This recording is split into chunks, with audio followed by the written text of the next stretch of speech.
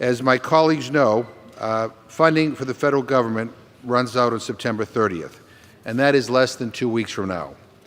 And I had hoped that we would have finished all of our work by now. Certainly the House has done its lion's share of work.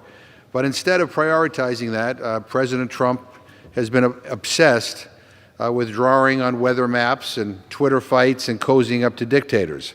And the Republican Senate is completely dysfunctional.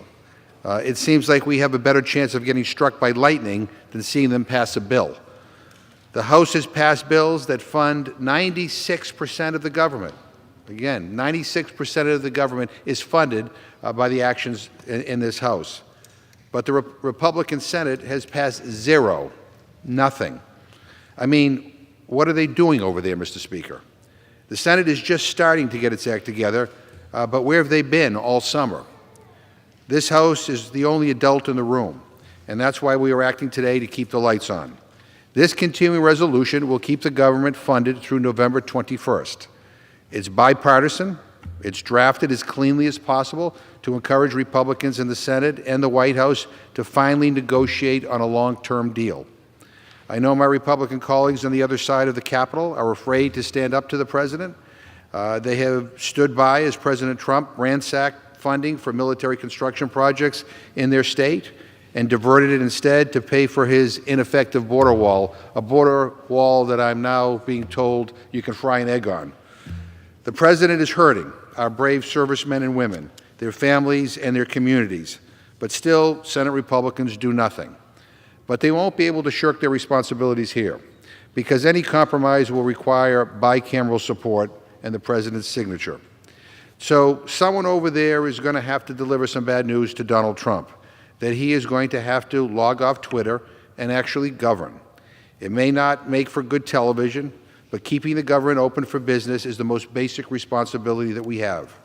Now, make no mistake, Mr. Speaker, when we finally do go to conference, this majority is going to defend our values. That means fully funding a fair and accurate census, securing our elections from foreign interference, and supporting federal research into our nation's gun violence epidemic, all while working to fund education, health care, and infrastructure. This is what responsible governing looks like. Now, I know that may be a radical concept for some of my friends on the other side who enabled this president to launch the longest shutdown in American history, but we don't believe in shutting down the government. The last Trump shutdown cost us $3 billion in economic activity that can never be recovered. That's according to the nonpartisan Congressional Budget Office. We cannot afford a repeat at a time when Moody's has found the President's disastrous trade war is already resulting in 300,000 fewer jobs created.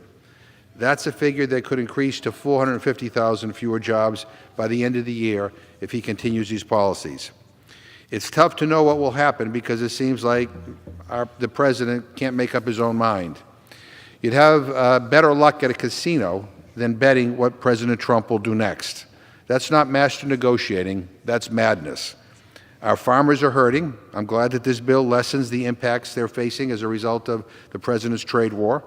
These families need our help, and I stand with them. Someone has to lead here to keep our government funded, and we are.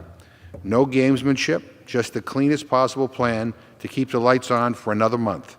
So I encourage all my colleagues, let's say enough to this uncertainty, enough with the shutdowns, and enough with the President's inaction. Let's pass this short-term CR and finally make bipartisan, bicameral negotiations on a long-term deal a reality.